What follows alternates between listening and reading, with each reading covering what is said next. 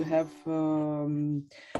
expertise of a group of our traumatic stress network and experts in traumatic stress all over the world. I must say that the community response was immediate, and support and the strong shoulder of experienced colleagues is something that I think we all need in the current situation, not talking just about professionals within Ukraine, but also outside Ukraine. I've got the request to help with the materials or links and connections from Polish colleagues just in 2 days after the war has started. So this is not just a problem within our borders, but as well a pan-European kind of challenge. And during my presentation, I would like to talk about a population-sensitive approach towards aid that and help that might be provided from the community, not just mental health community. And when you look to this picture, you might see, the common thing that you see is, of course, those people are Ukrainians, but those people actually are in a very different conditions. So those people here on the left, they are in unsafe situation. They're next to the Russian border, which is the big number of cities, smaller and bigger. For example, Kyiv is the 3 million people, Odessa, Kharkiv is more than 1 million people. Those who right now are bombarded and they are unsafe and their lives and their health is like in danger. And I would say that this is one population or target population which we might think that needs totally different approach than those people who were able to leave major cities by car, and you can see that those cars are driving on the both ways. So the number of people is enormous, and actually I don't know how many are internally displaced. We know that like around 2 million people right now are forcibly displaced, or currently are within Europe. Those people just came to the western parts of Ukraine, to Lviv, by train, and those evacuation trains. They are like going from each part of this war zone right now. And this is the pain of the current situation, that women and children are separated from their husbands and fathers, because all the men are mobilized right now, and they should stay within a country. And we must say that those people within Ukraine internally displaced, we might think about them as a second target population, and a third population is those people who already crossed European border. And we know that in Poland there is already an overload. What I should and would like to highlight, that why this sensitive approach is needed, is because the psychological aid for those who are under war stress is totally different than for those who are in safe or secure environments. And we might say that it's the aid after exposure. And those people who are in danger right now, it's the aid during the stress or war stress, or during the traumatic experience. So the intention of my presentation today is try to analyze what kind of needs do different population has, Ukrainians has, and what kind of support might be provided. So those who are in danger is the red points. Purple is in a safer, but each day the situation is changing. within Ukraine, and yellow circles is those who already were able to cross the border with European countries, or Moldova, because Moldova hosts as well a lot of forcibly displaced people. So those are my ideas, and of course I would be glad to think about them all together with our group and with my Ukrainian colleagues who are probably present today as well during this session. So this is just my first thoughts. So when I think about people who are in danger right now and under attacks, and they're unable to leave safely those places, because there are many places where there are no green corridors, and they're without resources, without food or enough food, water, electricity, of course, cell and mobile connection, and without medication. And though their needs right now is, first of all, resources, supplies, and logistics, because the major point of logistic was Kyiv, and now it's totally blocked. You are not able to provide supplies through Kyiv anymore, and so currently people are sitting all together and trying to find new ways how to supply medication, supply food, and other resources to Ukraine.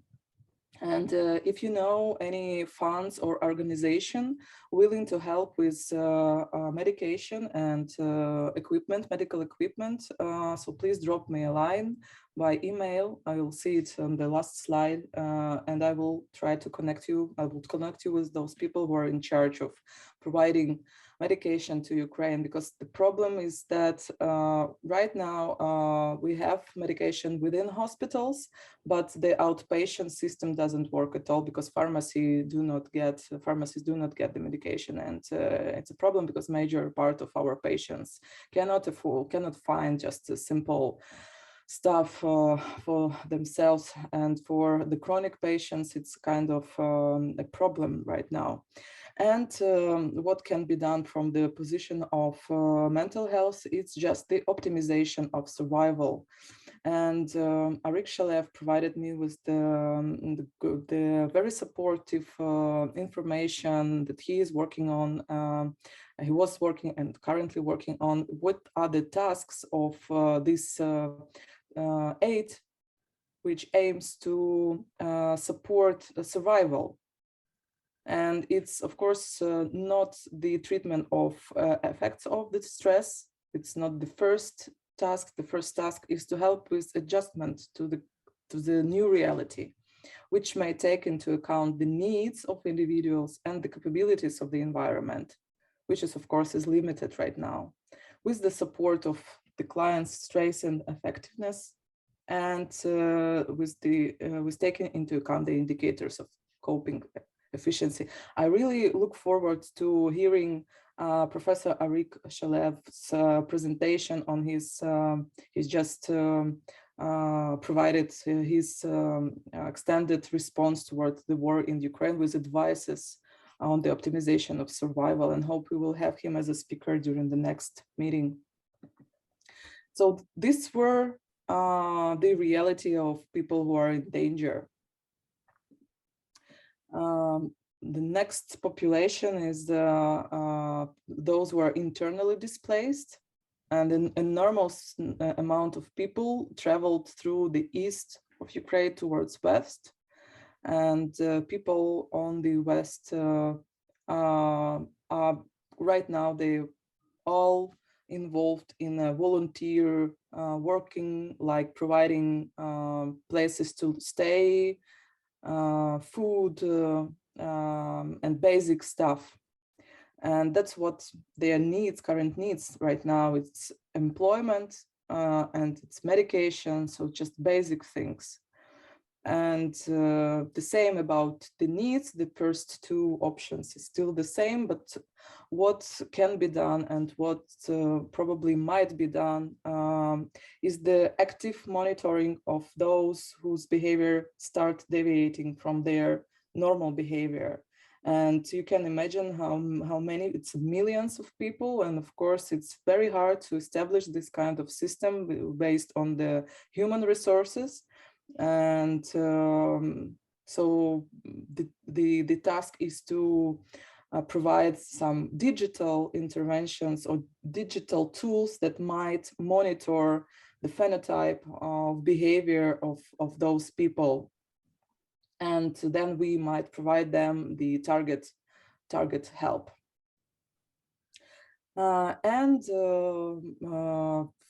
Psychological first aid is already working, but mostly from the volunteers and organizations. Not the government hotline has just started working, but there are already crisis centers right at the railway station, and people, psychologists, they're trying to monitor those who arrive from the trains from the eastern part and contact them, talk to them, advise them how can they obtain help. And of course, the information companies are needed to provide information on the signs of the behavior that deviates and how and where those people might obtain the help.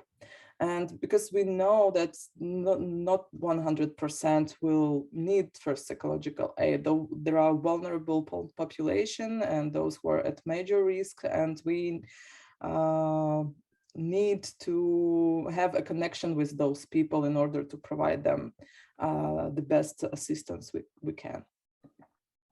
And when talking about forcibly displaced people abroad, like those who arrived to Europe right now, I think the main thing that they currently need is the information and some networks to reactivate their attachment bonds, because they are lost. They have lack of information.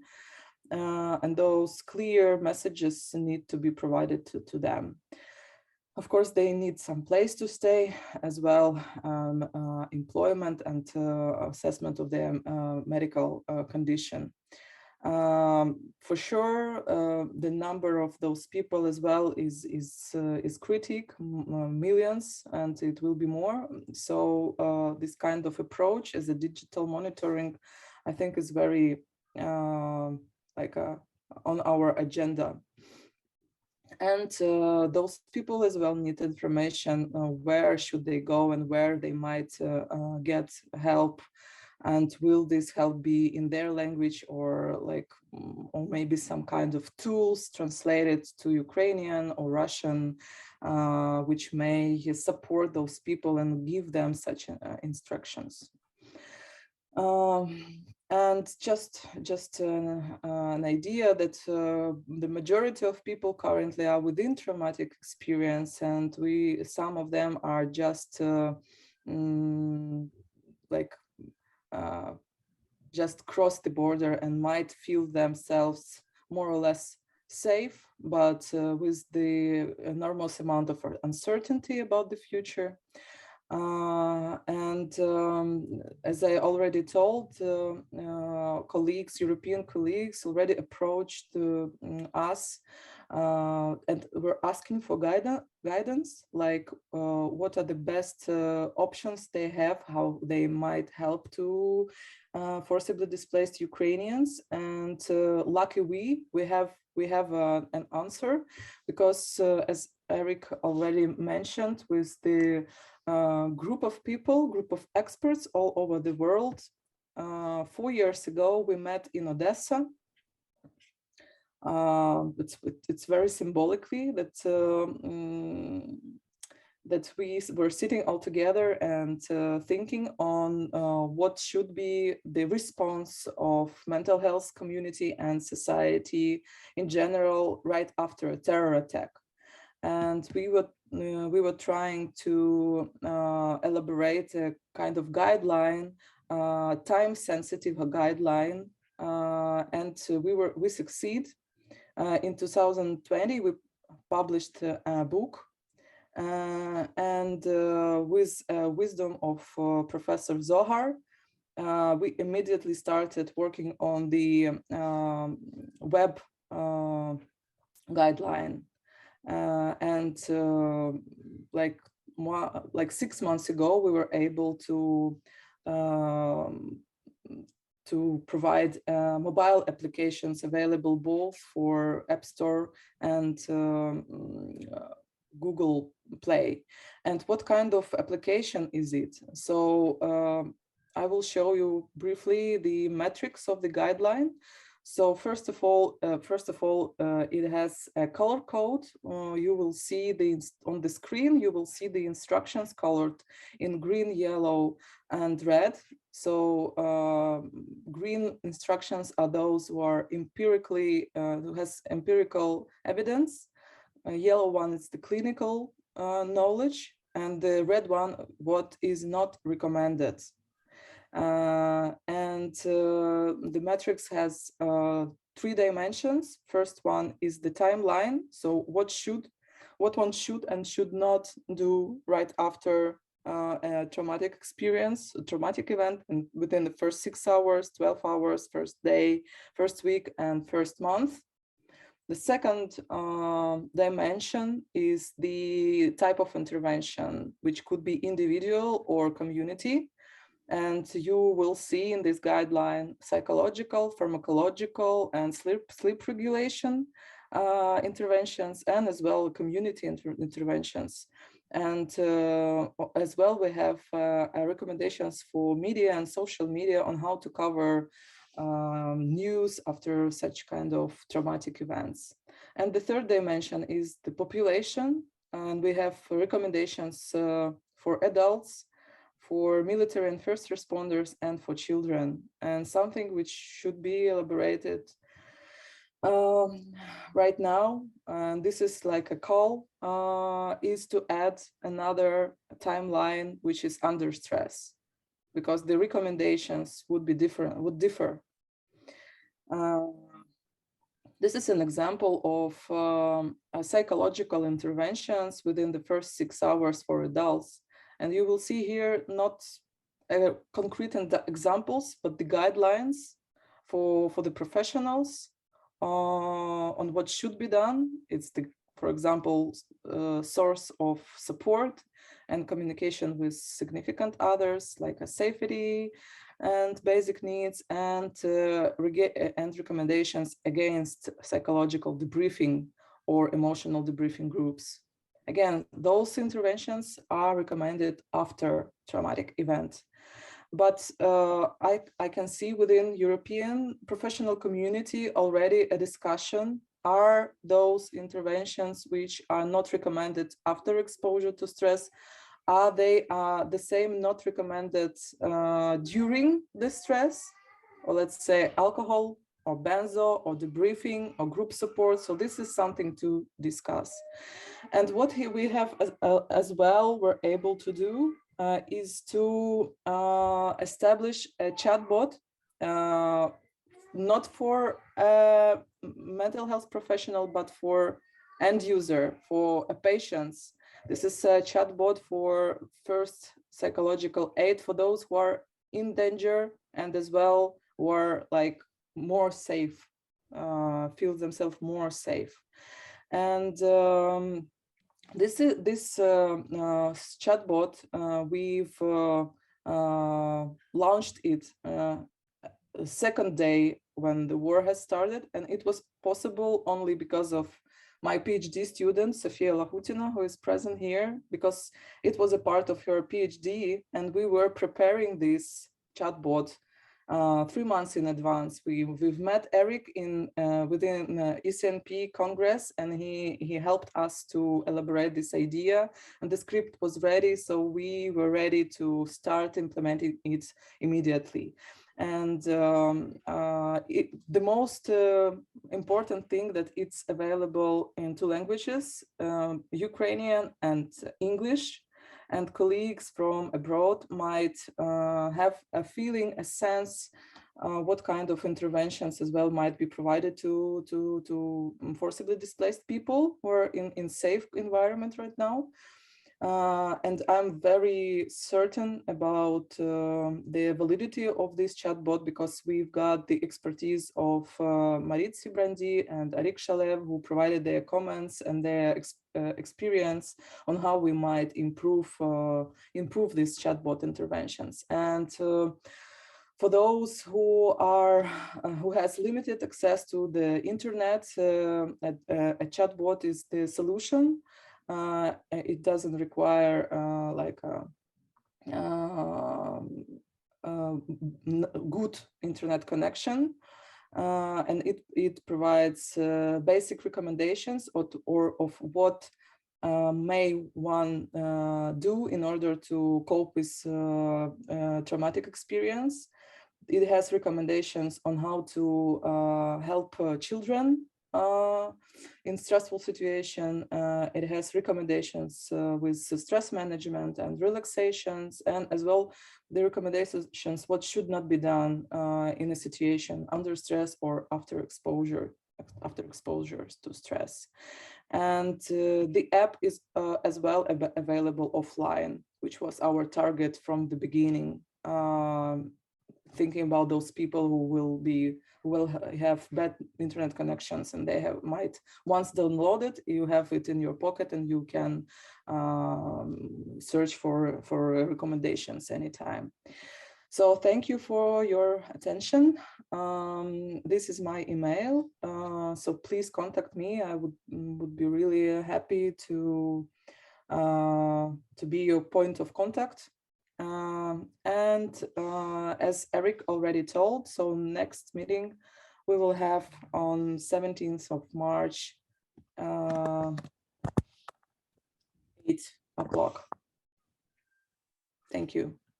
Thank you so much, Iryna, for that introduction and that very, very important highlight that you gave from the local current situation with the three groups of people that you addressed, the ones that are staying, the ones that are left their homes, and the displaced people, and the app as well as the chatbot. And I hear you say that it was downloaded or activated 33,000 or no 33,000 times already. So that's where is that within the Ukraine, or can you reckon where that has been downloaded from?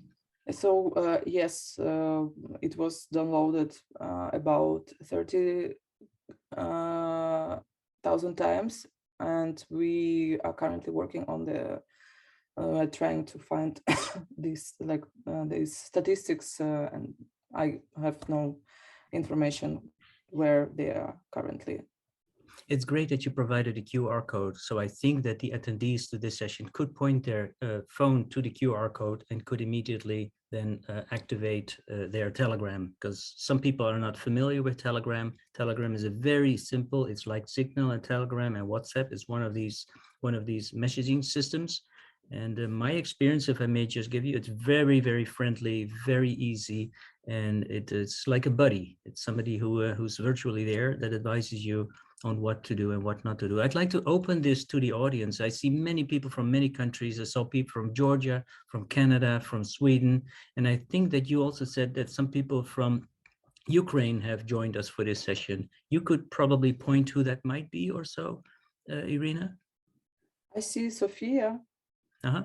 Could you invite her to come forward or so, or she has to unmute herself? Yeah, yes, Sophia can do this by herself. Yeah, I'm here. Actually, a few words concerning statistics. More than 33,000 subscribers already exist in our chatbot, but we did not check the country they downloaded this bot yet.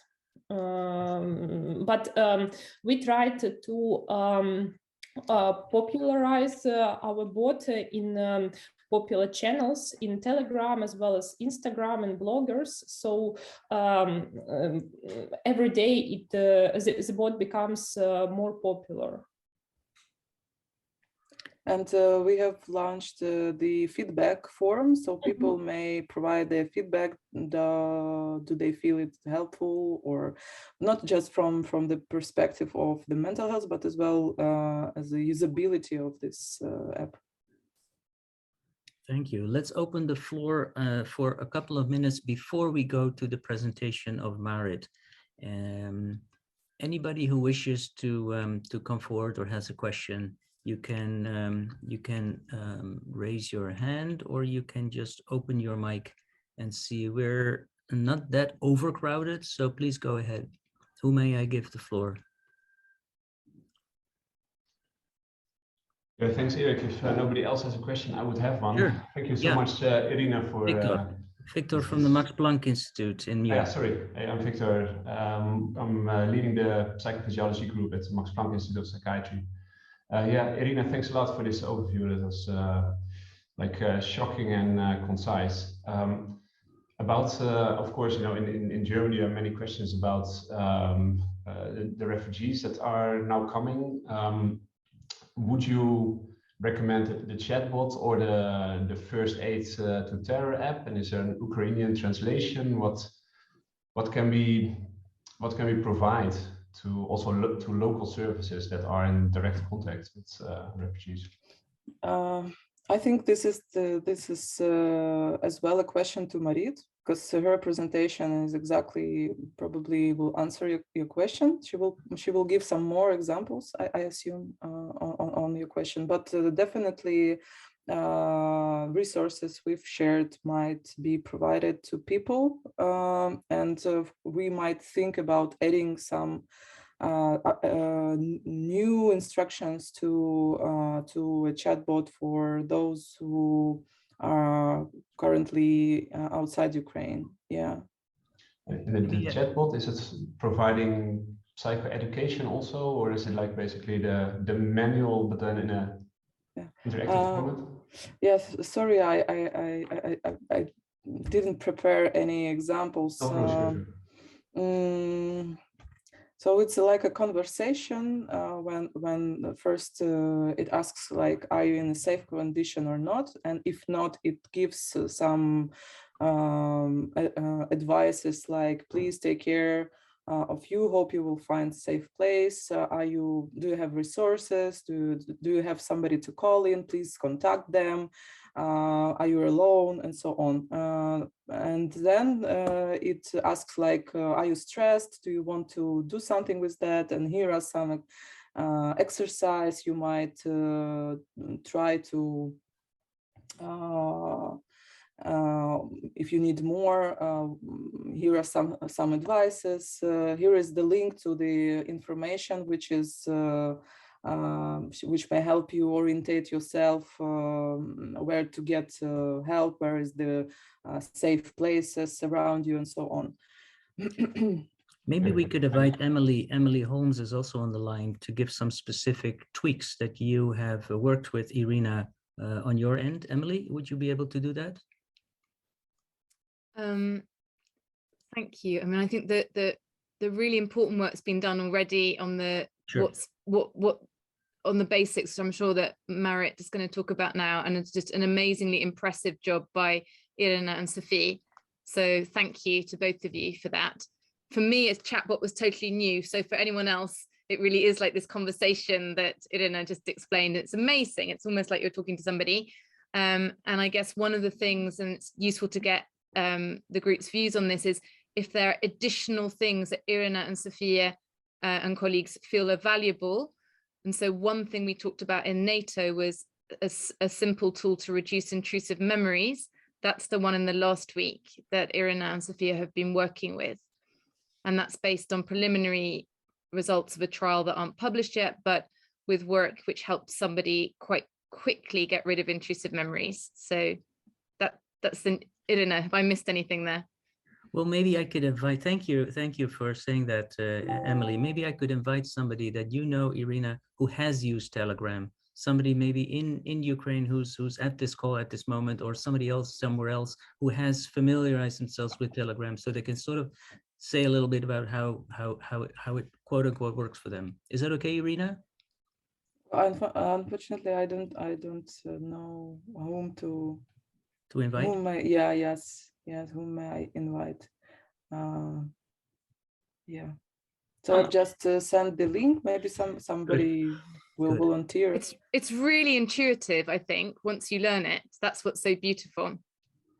Yeah, you have to download Telegram. If you're not a Telegram user, you can download it. It's very, very friendly. I've been using it for a couple of days, and it is like you have a sort of a virtual friend that tells you, that guides you to what you need to do if you feel. And of course, I filled out as if I was unsafe and if I was in danger, and it sort of guides you. It structures you through that. That's sort of what I felt that it was needed. And it and you can restart it and start over again at any moment in time.